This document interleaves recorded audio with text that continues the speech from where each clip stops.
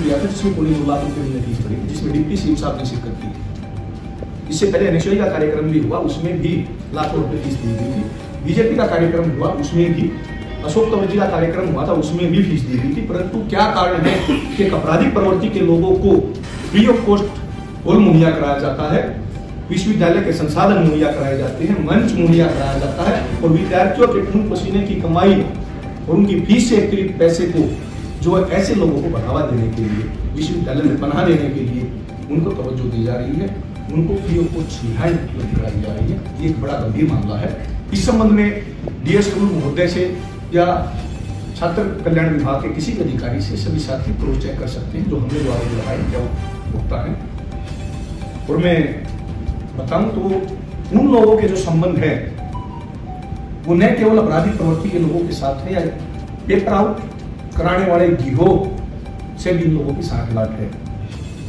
सोनीपत में जो लोग अरेस्ट हुए हैं, जो बड़ा गिरोह पकड़ा गया पेपर आउट कराने का जो है, उनके साथ ये लोग केसवार हैं, मुकदमेवार हैं, विभिन्न आपराधिक घटनाओं को अंजाम दे चुके हैं एक साथ। कुछ लोग अरेस्ट हो चुके हैं तो कुछ लोग भगोड़े हैं। इस तरह के गिरोह के सदस्यों के साथ मंच साझा करना वाइस चांसलर की क्या मजबूरी है? इस शिक्षा के मंदिर को क्या बनाना चाहते हैं? किस तरीके से गर्ल्स हॉस्टल के रोड पर गुंडागर्दी का वीडियो मैंने आपके साथ साझा किया है। तो ये तो सिर्फ एक उदाहरण है। लाइब्रेरी से जारी एक छात्रा की गाड़ी को जिस तरीके से उसको घेरा गया 22 तारीख को, उसके वीडियोज विश्वविद्यालय के सीसीटीवी कैमरों में कैद हैं। अगर वाइस चांसलर चाहें तो खुद एक बार दोबारा देखें, उनको खुद शर्मिंदगी महसूस होगी, क्योंकि वाइस चांसलर की खुद की बेटी जब शाम को इवनिंग वॉक करती है तो उनके साथ विश्वविद्यालय के 2 सुरक्षा कर्मचारी जो है वो साथ में भ्रमण करते हैं। परंतु अन्य जो बहन बेटियां जो है ग्रामीण अंचल से या गरीब परिवारों से, क्या उनकी सुरक्षा वाइस चांसलर के लिए जरूरी नहीं है?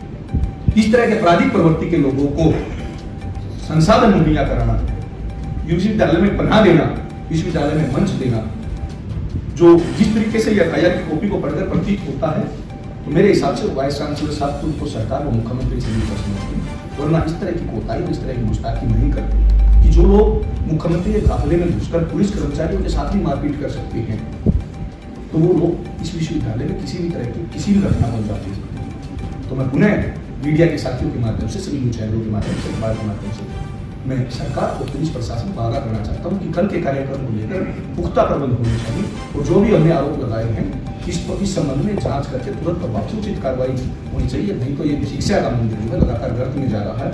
यहाँ जो सड़कें विद्यार्थियों के खून से लाल हो जाएंगी अगर तुरंत प्रभाव से कोई कार्रवाई नहीं हुई या किसी भी तरीके की जाँच कराकर अगर हम अभी सजग नहीं हुए तो फिर देर हो जाएगी।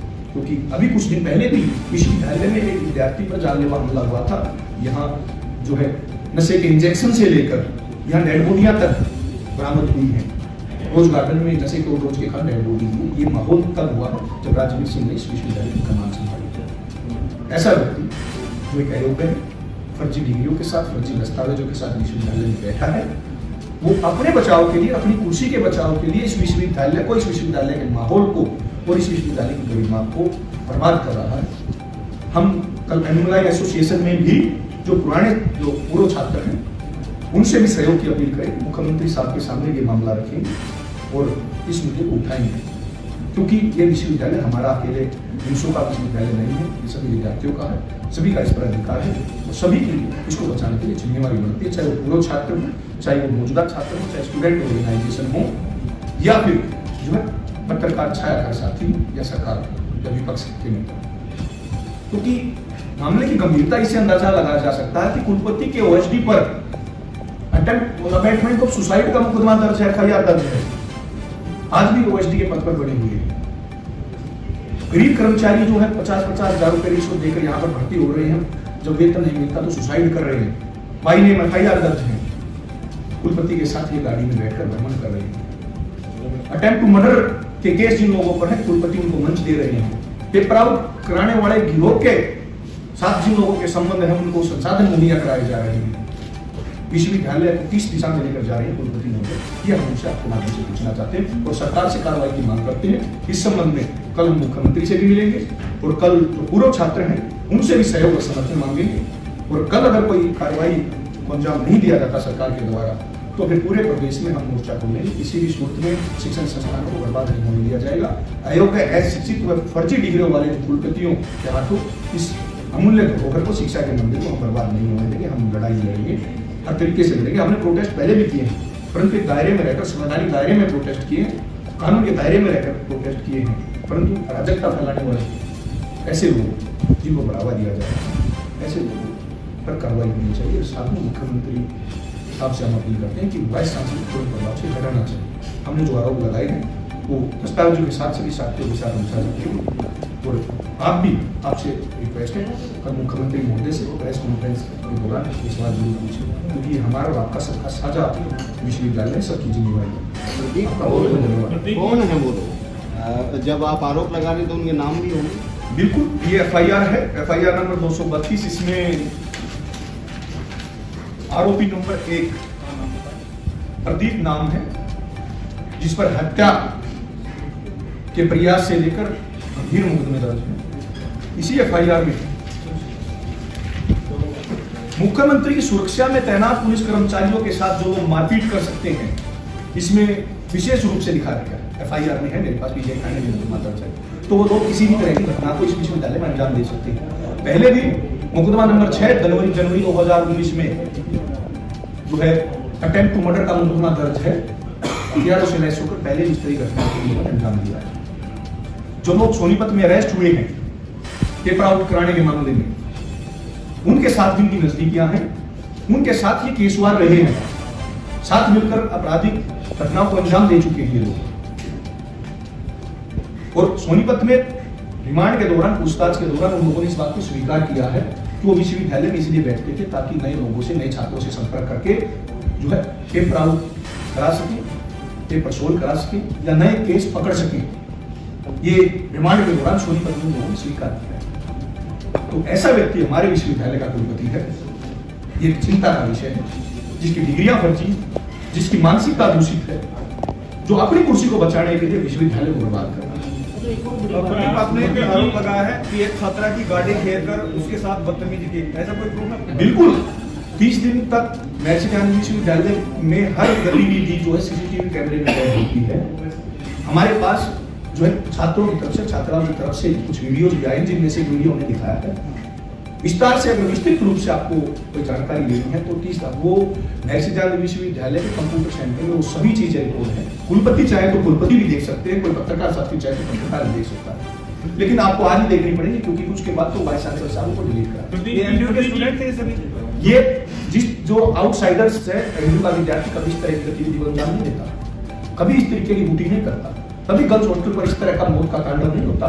जिस तरीके से मोटरसाइकिल पर गाड़ियां चलाई जा रही हैं, जिस तरीके से बदतमीजी हो रही है, जिस तरीके से जो है उस रोड से जो छात्राएं जा रही थी, जो सीटी कलती और रूटीन हुई है सामने, ये एक एक चीज इस विश्वविद्यालय के हर कर्मचारी को शर्मिंदा महसूस करा देगी। जो वीडियोज में है वो देखेंगे। प्रदीप जी, मेरा एक सवाल ये है कि अभी आपने अहम बात ये कही कि मुख्यमंत्री की सुरक्षा की बात करी है, क्या आपने इंटेलिजेंस को इस चीज़ के बारे में रिपोर्ट दी है? क्या आपकी प्रदेश सरकार को दी है कि आप तक हमला हो सकता है? ये आपकी नैतिक जिम्मेदारी है कि अगर एक सवाल में रख दो, ये आपकी नैतिक जिम्मेदारी बनती है। CRPC भी ये कहती है अगर आपको कोई कॉन्क्रीट एविडेंस है, जानकारी है, तो पब्लिश करने से पहले आप पुलिस को देंगे। क्या आपने इसकी जानकारी दी? ये मैं पुलिस के जो दस्तावेज हैं उन्होंने क्या इस प्रेस कॉन्फ्रेंस का मेरा औचित्य ही ये है ताकि जो है पुलिस प्रशासन से लेकर सरकार तक आगा हो। राष्ट्रीय सुरक्षा का जो कानून है, नियम है, वो ये कहता है मुख्यमंत्री, प्रधानमंत्री किसी की भी सुरक्षा में जिस आदमी को अगर लगता है कि चूक हो रही है तो पहले सुरक्षा एजेंसी को जानकारी देगा।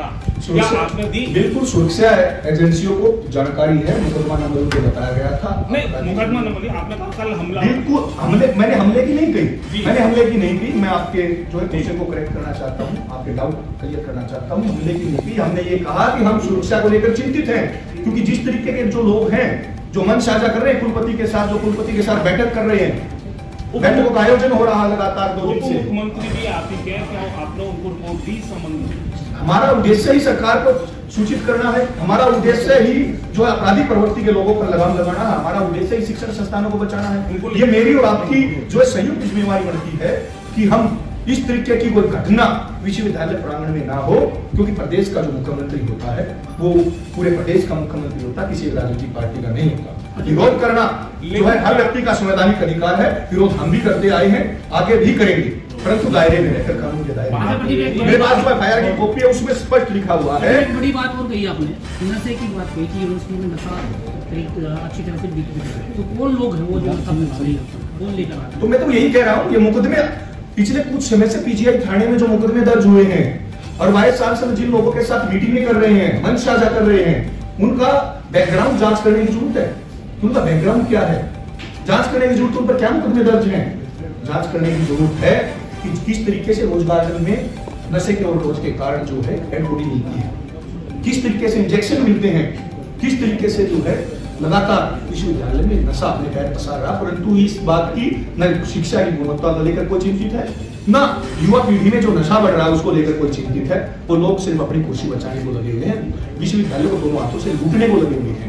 उनको चिंता है तो इस बात की है कि इस विश्वविद्यालय के संसाधनों में कैसे लूट बचाई जाए, उनको चिंता है तो इस बात की है, चाहे आपराधिक प्रवृत्ति के लोगों को ढाल बनाना पड़े, चाहे इस विश्वविद्यालय में कोई बड़ा घटनाक्रम को अंजाम देना पड़े या कोई कांड करना पड़े, परंतु उनकी कुर्सी सुरक्षित रहनी चाहिए, नियत उनकी है। जो इस विश्वविद्यालय का स्टेटस तो पहले से ही खराब है, ये तो सभी जानते हैं। देखिए विश्वविद्यालय कोई गलत नहीं होता, परंतु जो अयोग्य व्यक्ति बैठे हैं उनके कारण आज हालात ये हैं कि ये विश्वविद्यालय बर्बाद होने की कगार। जिस तरह से यहाँ बैकडोर से प्रोफेसर लेक्चरर एंट्री रही भाई भतीजावाद से सब बैठ, लेकिन जिस तरह से आरोप आपने लगाए हैं तो खुद ही मेरे हाथ में एफआईआर की कॉपी है। जो लोग चीफ मिनिस्टर की सुरक्षा में तैनात पुलिस कर्मचारियों के साथ मारपीट कर सकते हैं, हमला कर सकते हैं, सीएम टारगेट में घुस सकते हैं बोतल लेकर, वो लोग किसी भी तरह की घटना को अंजाम दे सकते हैं, परंतु कुलपति की क्या मजबूरी है कि ऐसे लोगों के साथ मैं दोबारा रिपीट करना चाहता हूं, 22 तारीख को राधाकृष्ण सभागार में ये कार्यक्रम का आयोजन किया गया। कार्यक्रम के आयोजक कौन थे? कोई प्राइवेट एजेंसी, कोई प्राइवेट व्यक्ति, कोई स्टूडेंट ऑर्गेनाइजेशन या कोई पॉलिटिकल पार्टी किसी भी तरह का कोई आयोजन करती है तो उसके लिए बाकायदा अनुमति लेनी होती है, उसके लिए फीस निर्धारित है, उसके लिए जो है रूल रेगुलेशन है, जिला प्रशासन से लेकर संबंधित थाने तक जो है अनुमति की जरूरत होती है।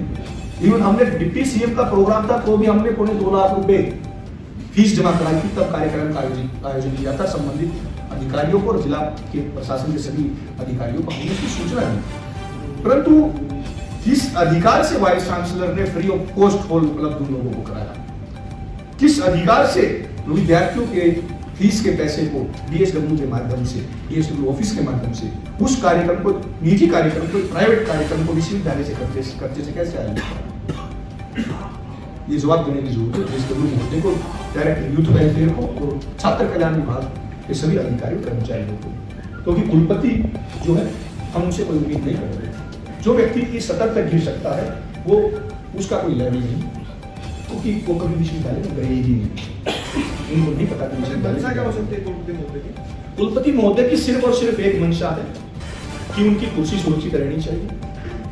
उसके लिए चाहे उनको किसी भी तरह के लोगों को ढाल बनाना पड़े या उसके खिलाफ बोलने वाले लोगों को निशाना बनाना पड़े या किसी की आवाज को दबाना पड़े या किसी की आवाज को कुचलना पड़े या अपने शक्तियों का दुरुपयोग करते हुए कोई भी गैर कानूनी कदम तो न उठाना पड़े, ये कुलपति की मंशा है। प्रदीप, इसके साथ साथ कुलपति के साथ और भी सरगना आपके साथ होंगे और भी स्टाफ के साथ होंगे जिनका साथ देना होगा। मैं बाई नेम कहना चाहूंगा, दैनिक जागरण अखबार में पत्र लिखा गया था महर्षि ज्ञान विश्वविद्यालय की छात्राओं के द्वारा।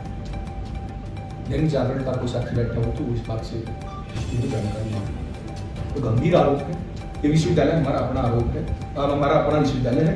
हम जो है इस विश्वविद्यालय की गरिमा को बचाने के लिए कुछ दस्तावेज या कुछ वीडियो जो सार्वजनिक नहीं कर रहे, क्योंकि अगर पूरी सच्चाई जनता के सामने आएगी तो कहीं ऐसा ना हो ग्रामीण अंचल के जो हमारे बुजुर्ग हैं वो अपनी बहन बेटियों को, अपने परिवार की छात्राओं को कहीं यहाँ पढ़ना न छुड़वाए।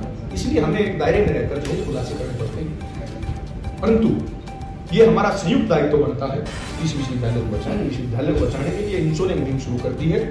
हम कल उम्मीद करते हैं मुख्यमंत्री इस बारे में कुछ कहकर जाएंगे, कुछ कार्रवाई के आश्वासन देकर जाएंगे, नहीं तो परसों से जो है हरियाणा प्रदेश की सड़कों पर जो है इंडियन नेशनल स्टूडेंट्स ऑर्गेनाइजेशन हो जाएगी, किसी भी सूरत में विश्वविद्यालय को बर्बाद नहीं करेंगे। वाइस चांसलर को लेकर तो आप पिछली बार भी आपने मुद्दा उठाया था, मुख्यमंत्री से मुलाकात करी थी, कोई कार्रवाई? क्या और भी स्टूडेंट्स की ऐसी मांगे हैं जिनको लेकर के आप मुख्यमंत्री से मुलाकात करेंगे? हाँ, छात्रों की जो जायज मांगे हैं उसमें जो क्वालिटी एजुकेशन की बात हो, योग्य कुलपति लगाने की बात हो, या अभी बड़े जो कुलपतियों के पद वो भरने की बात हो, चाहे हम स्कूल एजुकेशन की अगर हम बात करें तो संस्कृति मॉडल स्कूल जो है सरकार ने एक अच्छा निर्णय लिया, परंतु सुविधाओं के अभाव में, मूलभूत सुविधाओं के अभाव में जो है जो उम्मीद जो की गई थी उन उम्मीदों पर संस्कृति मॉडल स्कूल खड़े नहीं उतर रहे। जो दाखिलों के अंदर भागदौड़ मची हुई है परंतु वहाँ मूलभूत सुविधाएं नहीं है। ये सभी तमाम जो मामले हैं वो हम मुख्यमंत्री साहब के संज्ञान में लेकर आएंगे। परंतु आज ये जो मुद्दा ये गंभीर मुद्दा है, हमारी प्राथमिकता छात्रों की समस्याओं का समाधान कराना हमेशा से रही है और आगे भी रहेगी। उसके लिए चाहे हमें मुख्यमंत्री को ज्ञापन देना हो, चाहे हमें विरोध प्रदर्शन करना हो, चाहे हमें कोई और रास्ता अपनाना हो, हम संविधान के दायरे में रहकर हर वो रास्ता अपनाएंगे जो संविधान में जो होता रहता है। एक आरोप आपने लगाया था कि नशे का कारोबार नासिक यूनिवर्सिटी में चल रहा है। जिस तरह से आप वीसी पे आरोप लगा रहे थे, क्या वाइस चांसलर शामिल है उसमें? किसी परिवार का जो मुखिया होता है वो उस परिवार की हर गतिविधि के लिए जिम्मेवार होता है। मैं तो पूछना चाहता हूँ कि वाइस चांसलर ने क्या किया जब रोज गार्डन में बैग मिली? वाइस चांसलर ने क्या किया जब यूनिवर्सिटी हट में जैसे कि इंजेक्शन मिली? वाइस चांसलर ने क्या किया जब हॉस्टलों में हर रोज जो शराब का वितरण हो रहा है? या वाइस चांसलर ने उस समय क्या किया जब उनके घर में बैठा एक व्यक्ति जो किसी के सुसाइड का जिम्मेवार होता है, क्या अपने पद उस पद से हटाया, उस पर कोई कार्रवाई की?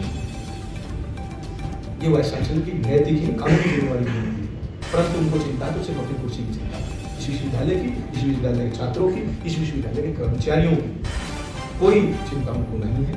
और सरकार को अगर समय रहते चिंता नहीं की सरकार ने तो उसका खामियाजा भी सरकार को।